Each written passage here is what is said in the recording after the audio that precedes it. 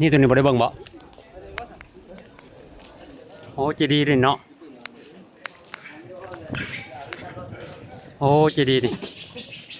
ร้ายนะ แม่น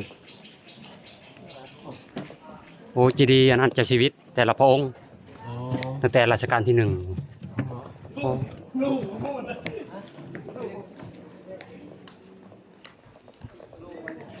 ปอ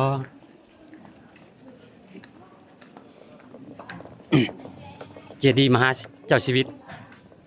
อ๋อมึงน่ะอลังการเลย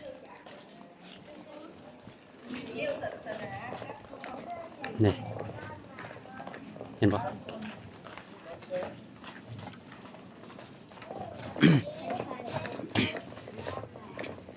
โอ้เจดีย์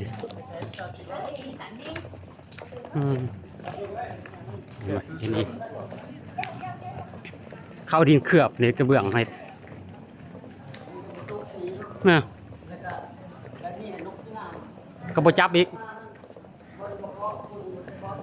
มันกระโปจับอีกโอ้คักเห็นบอกนี่เอาไปตะลุลองก่อนพัน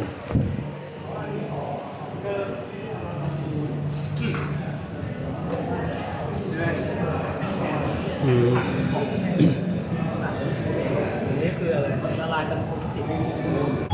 ฮะเข้าไปห้องใช่เลย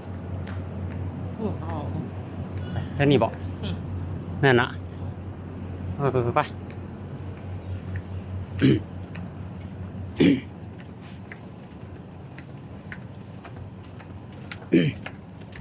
แต่ละจุดนะ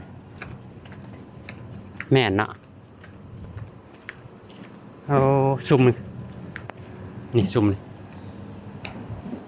ข้าก็เรียกว่าซุ่มนี่น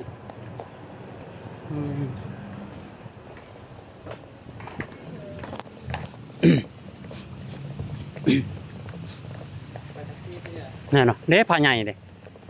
ด้ผ้าใหญ่เนาะเด้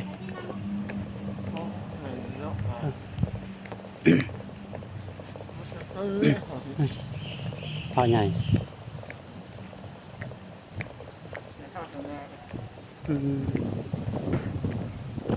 เขาหาเขาต้องคอยอยู่ใช่แหละ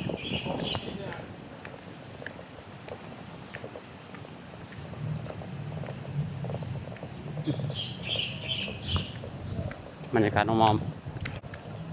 การน้องมอมเดินเขาให้กลับเราบอกกินเขาว่าได้